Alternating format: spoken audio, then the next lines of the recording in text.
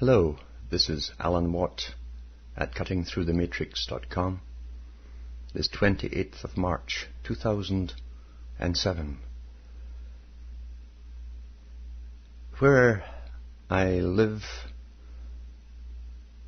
things never are still for very long. There's so much to do, with so many calls coming in, so many emails to answer. And then even these blurbs, although they're spontaneous, just putting them together with a few primitive things and tools can take a long time, because even tonight the mic wouldn't work, which meant checking everything all the way to the recording gear and so on, just to find out that the cable had basically formed a bad connection within the cable itself, inside the cable. And after going through all that process, and you have to swap your cheapo mic for another El Cheapo. So things don't ever go smoothly. In fact, I think in this world, if you're doing all the right things, the harder it's going to be. That's what I've found from experience. And I'm sure others out there have found the same as well. It's just the way it is. And it's quite comical too. Some of the shows I go on, if they're using voice over internet to talk to me, I often don't hear everything that they say. And since it's live, and that's the in a sense, it's a beauty of live broadcasting. You must go along. You don't want to stop partway through and have the host readjust all their dials or recall, rephone, and get a better connection. So you try to get your way through as best you can. But the last show I did, and it was Feet to the Fire, I'd hear parts of sentences and have to guess at the rest. So I hoped my answers would match the questions that I thought were being asked. And so it's quite comical at times how things work out. But they generally do work out. Another thing I've found too, and you've probably noticed, this pathocracy that runs the world, that basically gives us our ideas, our terminology, the phrases, the catchwords that people unwittingly start to parrot. They gave to the world the term conspiracy theory and conspiracy theorist, as though it's a brand new kind of hobby for crazy people.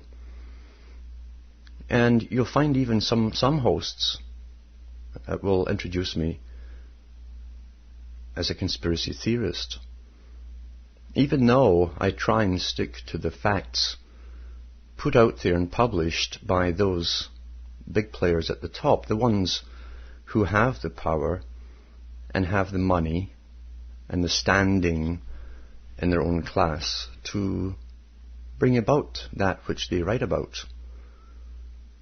Then apart from that, when you've read their books and you experience the changes they're talking about bringing on down through the years, you know they're doing it, of course.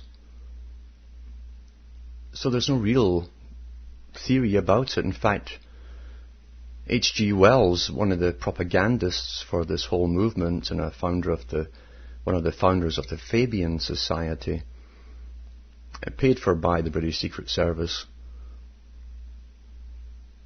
actually called one of his books The Open Conspiracy, one of his writings anyway.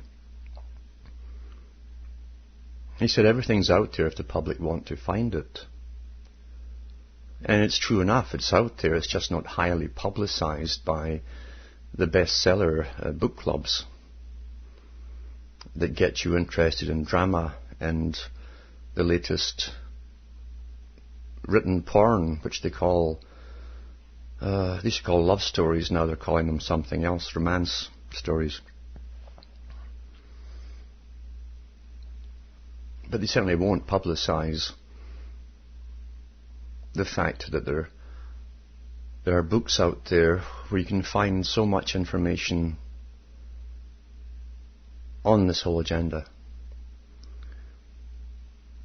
I've mentioned before about the Royal Institute of International Affairs, which was set up to bring about global government and to bring into it through, and it's a secret society as far as how they bring their members in, mainly journalists and movers and shakers, people who form the opinions of the people and create the opinions of the people.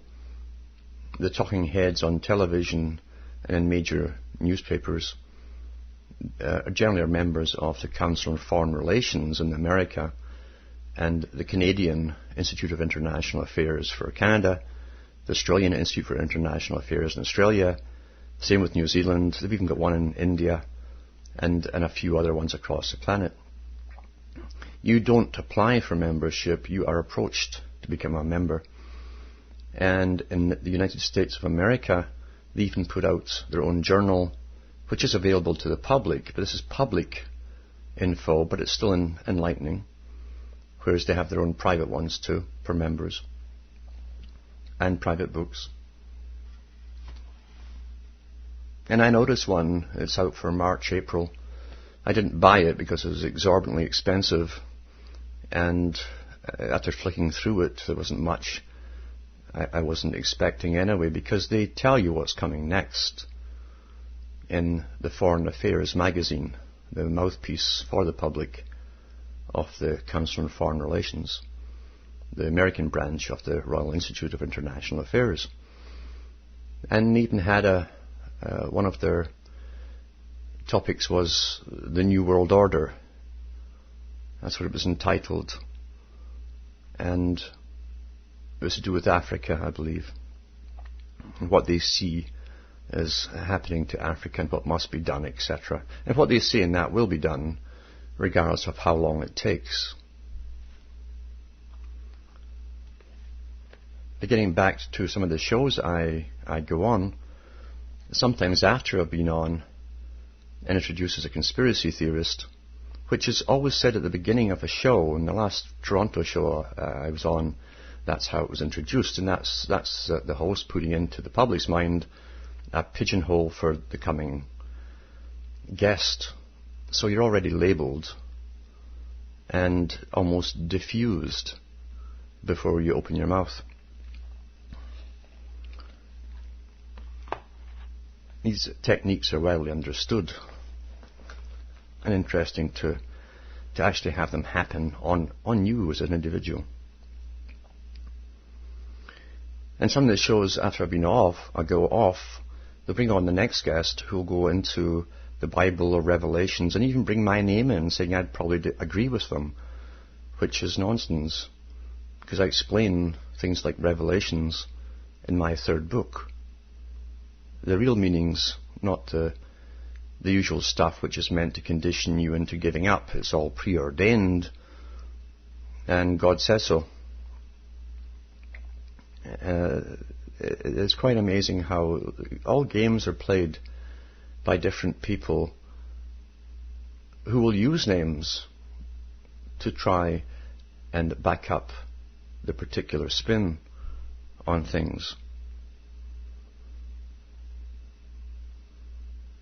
It's very similar to the ancient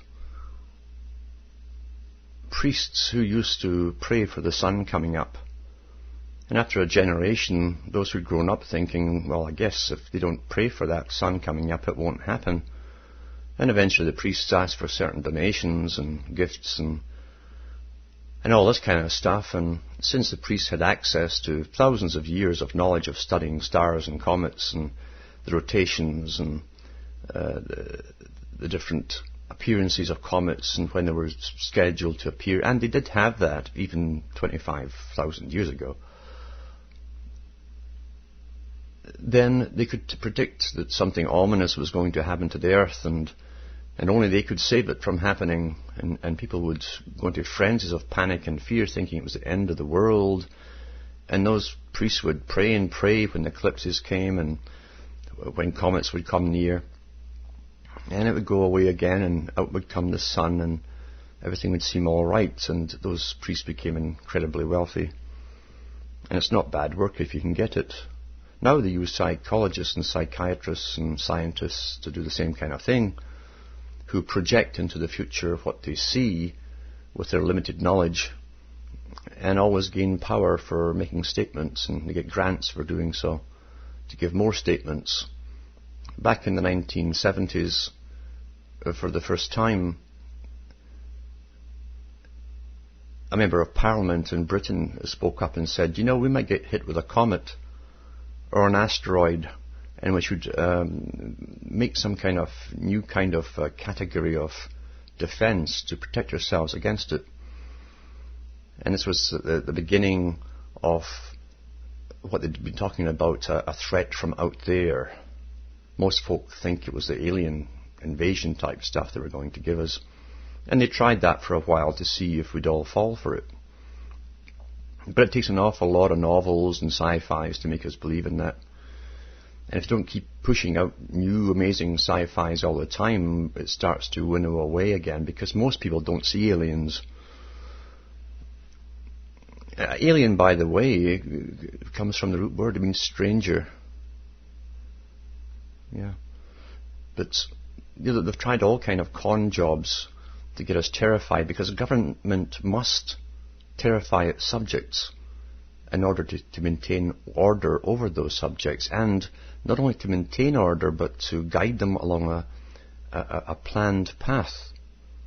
If there's no danger from anything, or we have no enemies over there, or across that pond, or across that river there, then people tend to go their own way, their own direction. They don't like paying taxes and keeping big militaries together and massive police forces that seem to breed almost amongst themselves. So they always have to have new fears. And they knew back in the 1800s, when they discussed the possibility of creating global government. It was discussed before that, in fact, and you'll find that in the writings of the founding fathers of the United States of America. But they knew that why government existed. They knew why it would need to create fears, new fears in a peaceful society. They'd have to find some enemy. And that's why George Orwell eventually brought out 1984, where you had a world system with 3 blocks, the trading blocks, that were to come into view, that would have wars between each other and alliances which kept changing, just to keep perpetual war going, so that the subjects, the citizenry, which are just subjects, will obey their superiors, the government, the pathocracy, this interbred, permanent political, these dynasties we seem to elect over and over. And with all the other dynasties that aren't the top-level bureaucrats too, they're all interbred as well. They live in a world of their own. So I was pondering that today after making up a few books on the floor here, and that's where I do it. I generally do that when I burn my breakfast, because it's go, go, go, just doing the little that I do. At least it's not a productive thing, put it that way. It's a lot I do, but it's not so productive as most people would define it, which generally means in your wallet. But I was thinking about that, and I got up and I took Hamish out and looked at the skies, and there they were with their crisscrossing, with their big chemtrails and new polymers, the polymer type that spreads fast, the kind that intensifies heat, because they must create global heat to justify global warming. And when they make the polymers, it's like putting a plastic over the world. It intensifies the heat, it builds it up inside and reflects it back and forth from all these metal particles like mirrors, billions of mirrors, and you get very, very warm. And out of that, they'll also have storms, all kinds of storms, and then they'll point to the people and say, you're causing this with that little moped you're driving.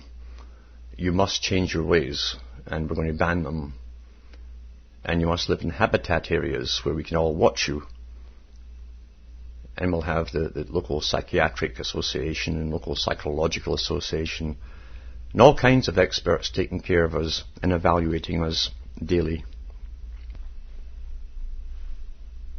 And we will all be very good little citizens who don't much or have much chance to do anything else, because we'll be watched and chipped and monitored and evaluated all through our lives as we go towards the next step and the next step and the next step, which is all formatted out before us. But yes, this year we will definitely see an intensity of the heat build up with their beautiful polymers like magnifying glasses above our heads. The media will go into overdrive, and then out will come the Kyoto experts to tell us why it's happening with all their vast knowledge and abilities to predict the future. And all the NGOs, which is called the Earth Army, by the way. NASA was the first to talk about the creation of an Earth Army. And what it was is millions of people who were brainwashed, belonging to NGO groups, the followers, following their leaders, who are all paid for by the big foundations. They'll demand that laws be made to change everything so that we live in harmony with nature, and how we're destroying the planet. We are destroying the planet. And the boys who own the big foundations that pay for these NGOs own all the companies and mining companies across the planet. Quite an interesting thing, isn't it? So yeah, I saw these chemtrails this morning all over the place. And you won't see that mentioned on your local news. But they will mention the global warming and all of that stuff. People are also telling me through emails that they are losing their memory. Young people too. They are going to do things, and when they're there, they forget why they're there, what they're doing. It's transitory. So it's very possible that there's other chemicals within this mix. It would make sense to me, actually, that there will be some kind of tranquilizers. Rumsfeld admitted they have that ability to spray whole cities with aerosolized Valium Prozac in case of emergencies, and I wouldn't be surprised at all if they've been doing it.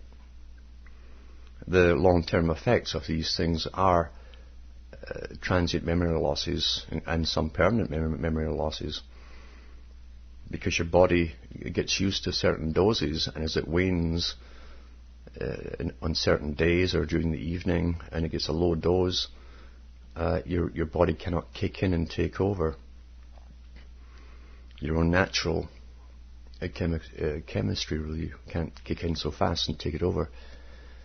And so you'll have these little transitory losses. Quite the world we live in.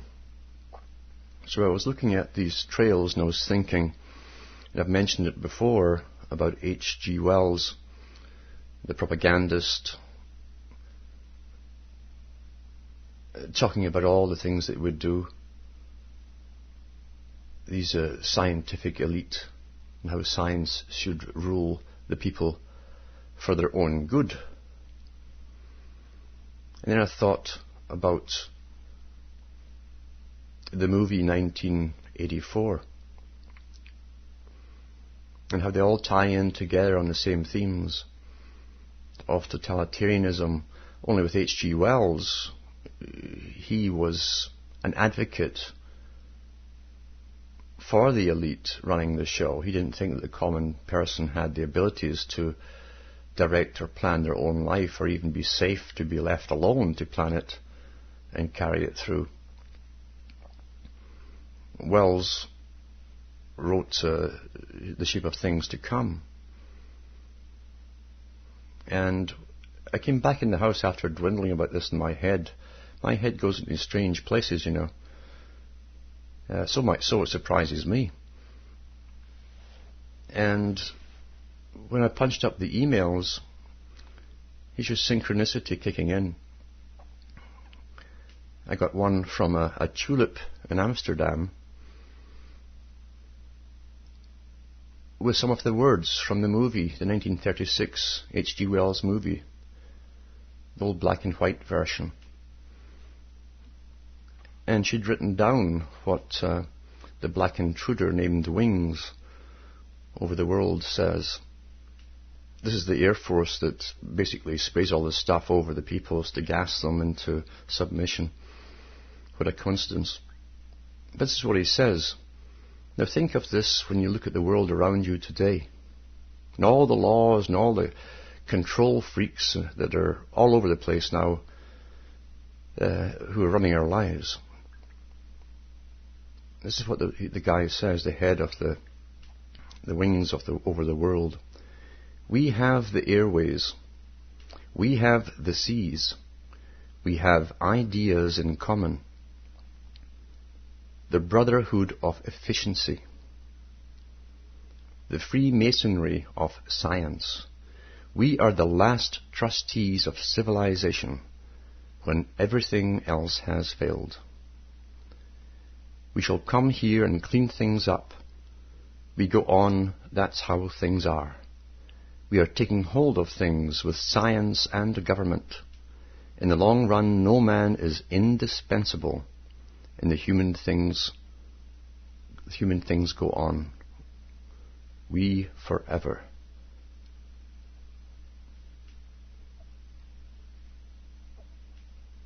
The great John Cabal changed the course of the world. We're living through these times where sciences,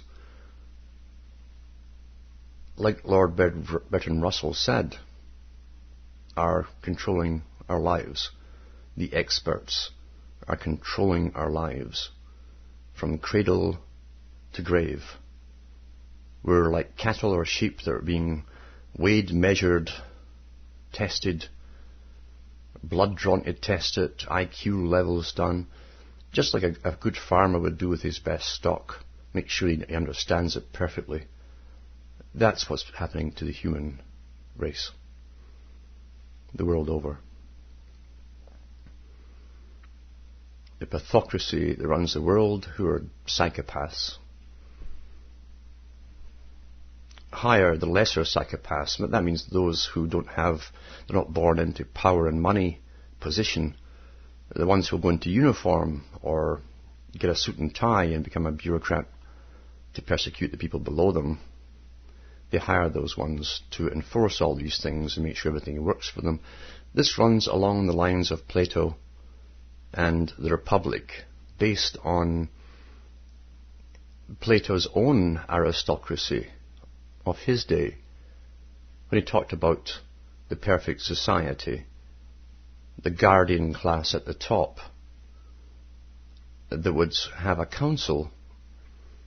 But he said, and people miss this part, he also said they'd have the nocturnal council, the night council, the ones who don't play by general rules, which most folk would understand.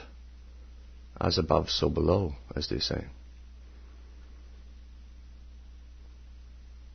And Plato also talked about they would bring in people from the lesser classes, but the upper strata, to do all their work for them.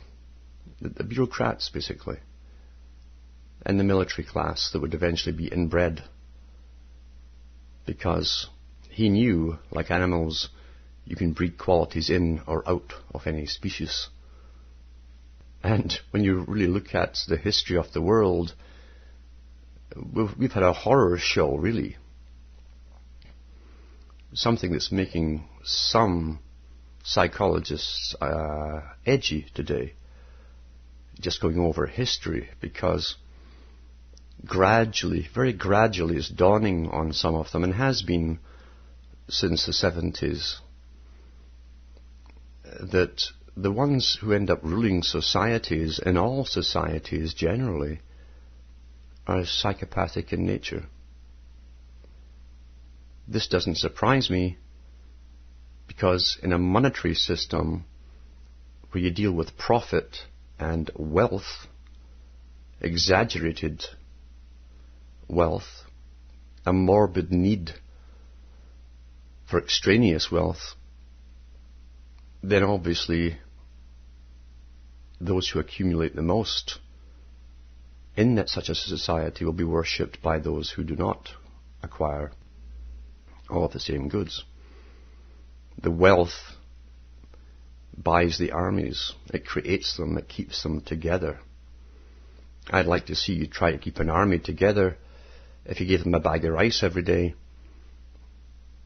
and kept them away from home for too long. I think nature would take over and certain natural instincts would have to be fulfilled with young guys.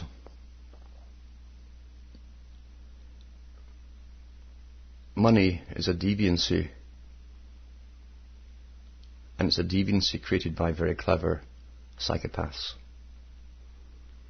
There can be no happiness in this world and no peace in a monetary system. When you turn on television, which now is just a bizarre psychodrama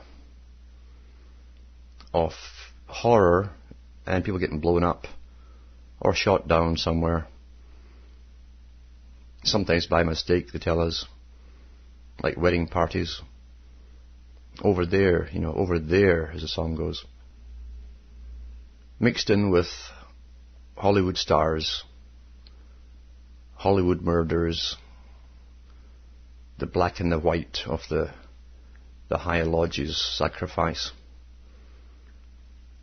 and all the things the public don't understand, but which are actually spells being cast over them. You're living in a surrealistic world where your mind drops out and downloading drops in.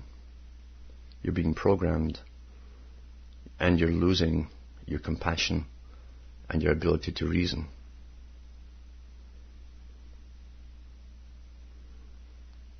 These techniques are well understood within psychological warfare and military organizations and strategists. Surrealism is a form of schizophrenia. Schizophrenia, like other problems, are affective and cognitive disorders. This can be brought about by what we're being downloaded with and desensitized with. And it isn't by chance. Media wasn't always like this, by the way. At one time you didn't get sports or Hollywood or what the rich and famous are doing. That's been only in the last 15, 20 years. Before, it would have been a crime, in fact, to show you some horror of people getting blown up and lying all over the place, and then switching to someone's latest breast implants, glittering with jewellery on the stage, getting an award.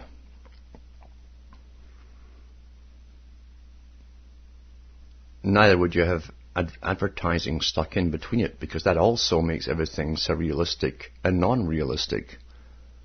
These are techniques, Pavlovian type techniques.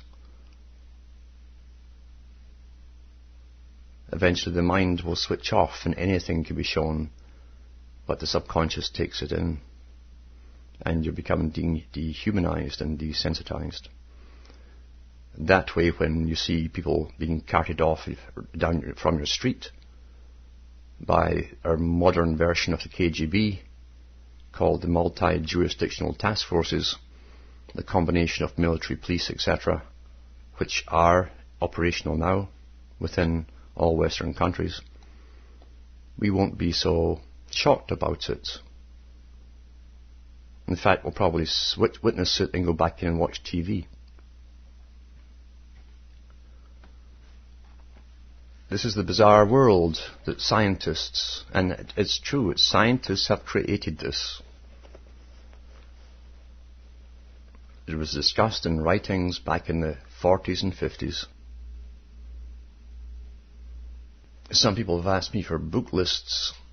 In fact, I used to get nothing but phone calls where people would just pump me for hours asking about books, and I eventually realized I couldn't be used as a reference library for people, especially when you only have so much time in the day, every day.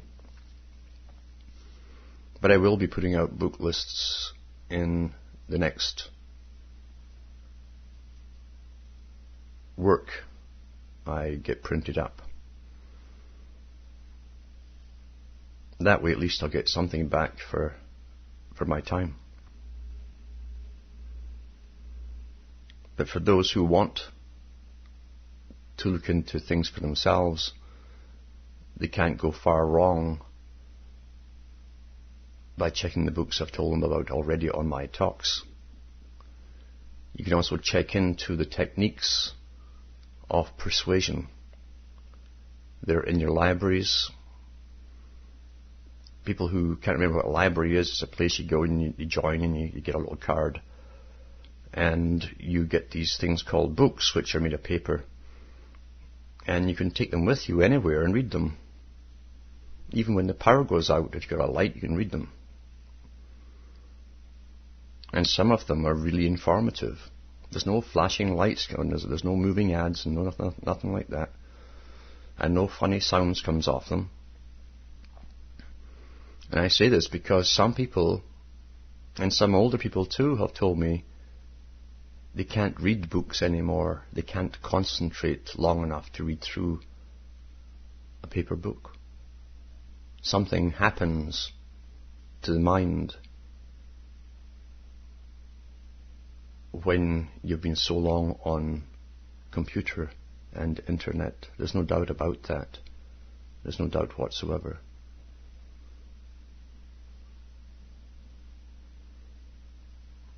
There was a song out a while back called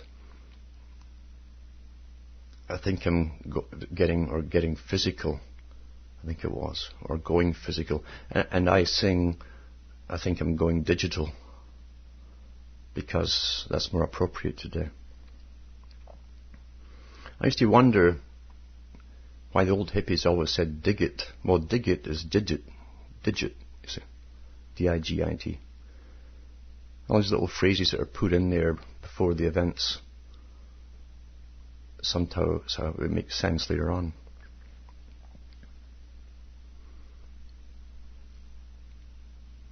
Going back to talk shows, now one of the biggest businesses today, which ties in with the whole New Age thing. I mean, you have a ready-made market now of people who've been bombarded with the New Age religion. You have all the talk shows to cash in on it. They call them Art Bell clones in the business, and there's a business on them. Because you have the ready-made market, you don't have to create a market. And they're all doing tremendously well. Because it's limitless, it's all imagination and limitless, and thousands of people are guaranteed to call in and tell you their ghost experiences and dreams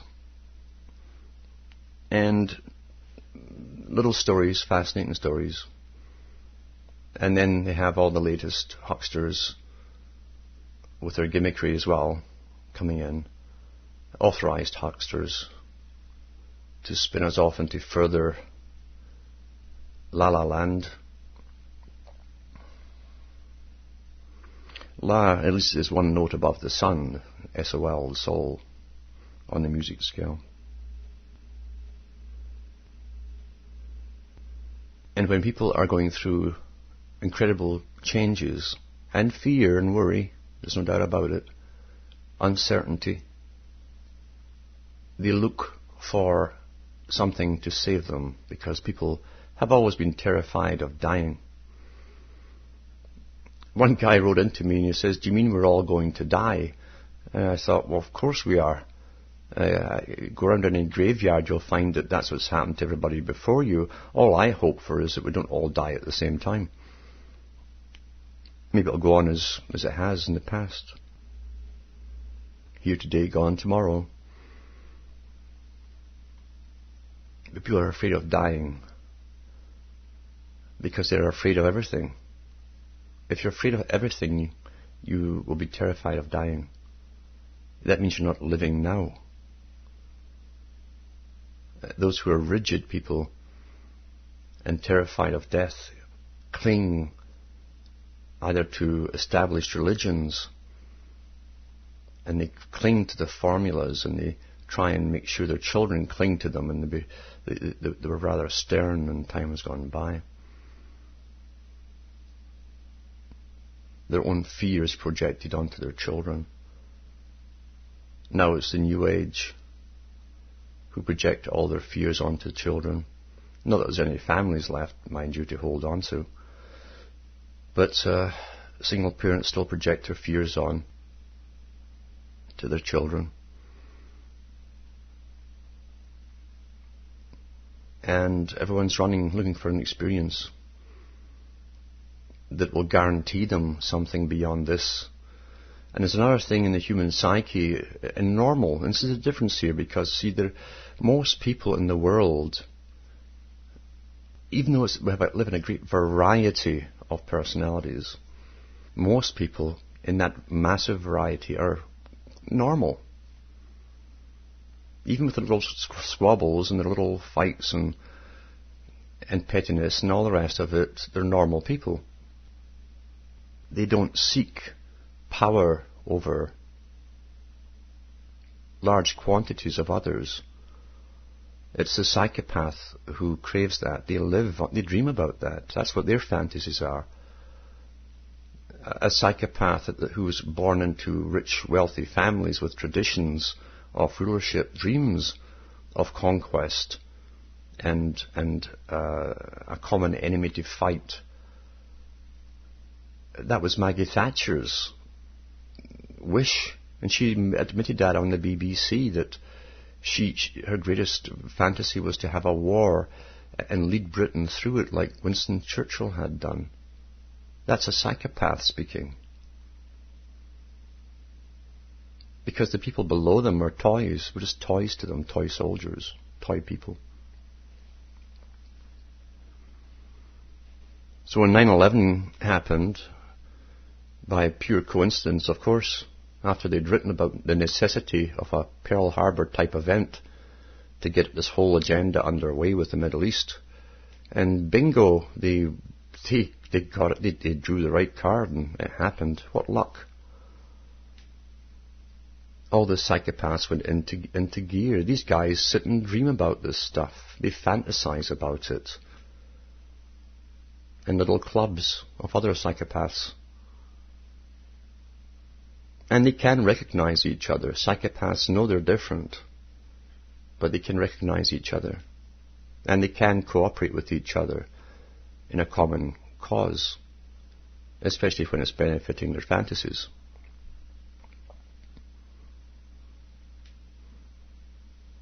But the history of this world seems to be, and especially since money came along, and armies were created and held together by money, and the conquering of nations began, and the empire building, and the accumulation of wealth in the hands of the psychopaths. We've a deviancy within us, existing within us, around us, and the psychopaths rise to the top.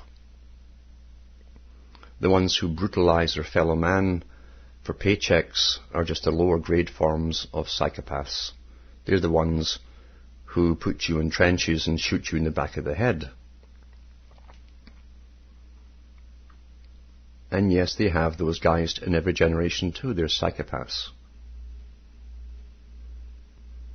It was interesting to read the histories of executions and the effects it had on soldiers who were carrying out executions in some of the major wars of the past. When Germany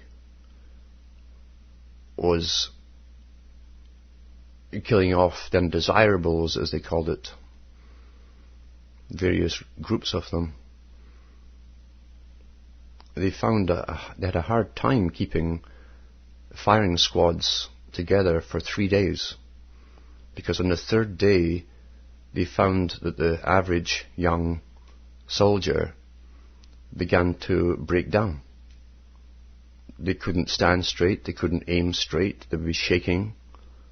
And this is because of the inner fight of the normal person within them fighting with their indoctrination, and their indoctrination hadn't suppressed their own natural humanity. So they had to keep replacing these guys every 3 days maximum. The Soviets had the same problem, and the Soviets killed an awful lot more during their term. But of course they had a different term for all that. It was they had to kill them for historical necessity, they called it. The same term, by the way, that people like Bertrand Russell used for the supposed capitalist West, when he talked about his idea of his utopia. He also mentioned the need to take children away from their parents due to contamination of ideas from their parents, from old moral standards, etc., old customs. Then he found out, of course, through experimentation, they could put them in kindergarten and scientifically indoctrinate the children and leave those children with the parents. But before that, he'd always thought, like the others in the elite of Britain, they'd have to take them from the parents completely, just like Plato in the Republic suggested. And you think this is all new? Brotherhoods, eh?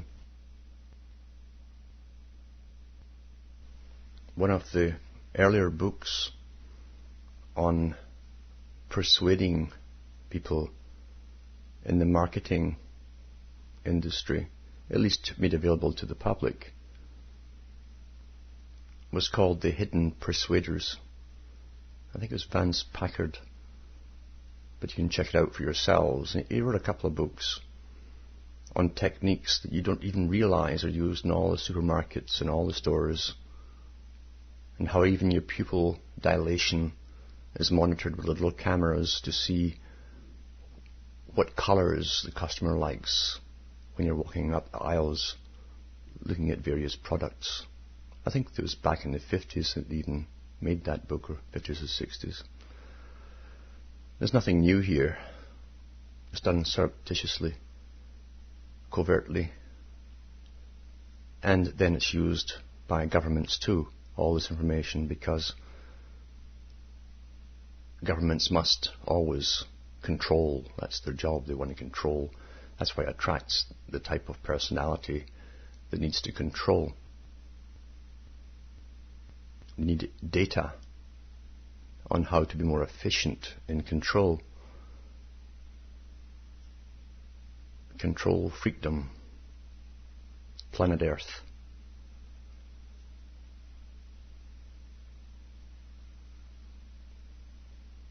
Nothing is ever as it seems, especially when you turn on the magic box called television. There's not an item in a picture, even a still that lasts 2 seconds, to the side of a foot, to the side of an arm, wherever, that isn't debated and psychologically prepared to project a permanent photograph deep within your subconscious. That's why so much money goes into advertising. It works. And there is nothing they would not stoop to, if allowed, which they wouldn't use. The terminology they use concerning the public or the customer is degrading, but to them it's efficient and it's practical. The terms like mousetrap, they build a better mousetrap to bring you in, whether it's like a credit card or whatever, a better mousetrap. And all these kind of terms. They even have categories in investing called wolves for themselves. And then the lesser breeds below them, down to the sheep at the bottom that reads the newspaper and follows the major investors. These are the terms that they use, because the ones at the top are psychopathic, you see. A psychopath lives on pure ego. They are what they believe. They believe they're winners. They must be winners. They're very bad losers. Very bad. They'll take the whole world with them, if they could.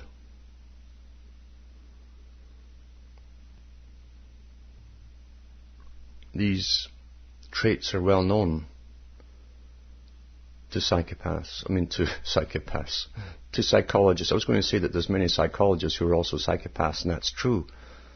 You have the ones at the bottom beginning to recognize the psychopathy within our society, which runs society, and they're only starting to realize that the big boys at the top hire psychopathic psychologists to explain how to control the people down below them. So there's no doubt about it. There are many psychopaths in different areas of control. And it's only natural they would use those who study people in order to utilize techniques to control people on a grand scale. What a wonderful world we live in.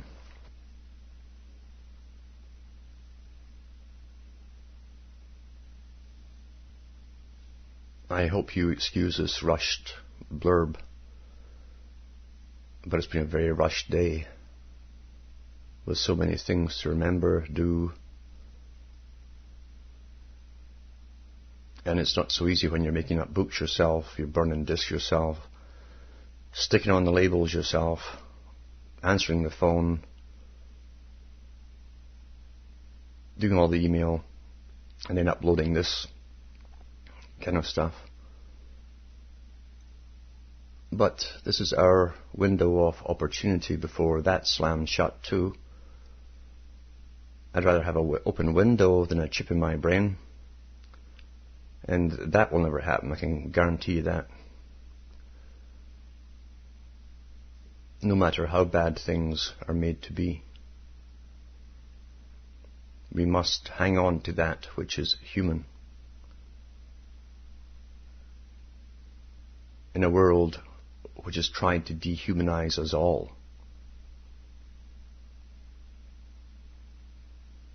When we're all dehumanized, we'll fight each other.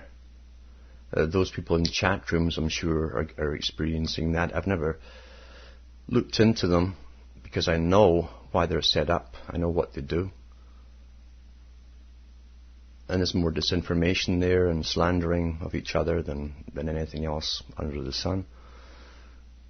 It's dehumanizing when all the egos clash with egos. The same will happen in general society if we allow it. We must reclaim that which we have the potential to be and which we once were.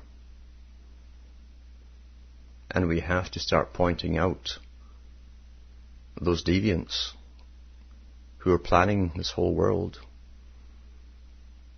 We've got to point out too all the helpers they have right down to your local level, top to bottom. We've got to expose all of the secret societies that hide them, because that's where they get their start, and then the good ones are picked to go higher, often to other degrees and other orders. It's a sifting mechanism, Freemasonry and the Eastern Star, and all of the other branches they call themselves and hide under. And they all know to start to get up there, they've got to join these groups, then join the charities, get on the boards, and start canvassing doors and become little political helpers, and maybe one day they become a politician. The psychopathic personality, who can lie to the public and tell them all the things they want to hear and never fulfill the promises, and then they sleep well at night, because psychopaths have no conscience. They're very good actors. They're the best, in fact. They do it naturally. They've of their brain simply isn't there. Plato's old technique of breathing things out has been very successful. And yes, they would like us all to be living a disassociated state, the schizoid state, coupled with emotional disorder that Kreplin talked about. They're doing a darn good job. And now they're going after the last of the children who can still understand and ask questions naturally, to drug them, to make sure they don't become leaders for another generation. They want them all to have the dull eyes that you see all around you in young children today.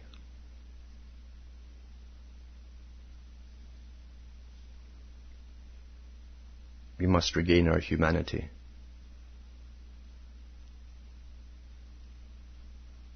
And truly, this is the last step, because the younger generation won't have the chance.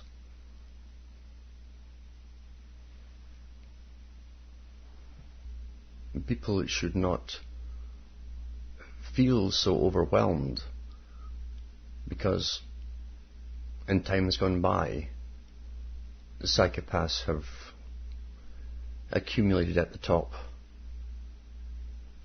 and caused their tremendous evil and worked it on the general public to the latter's detriment. But the people rally eventually and rectify the situation. Something the psychopaths are well aware of, because they hire the best historians and have lectures by them on this very topic, how to maintain control.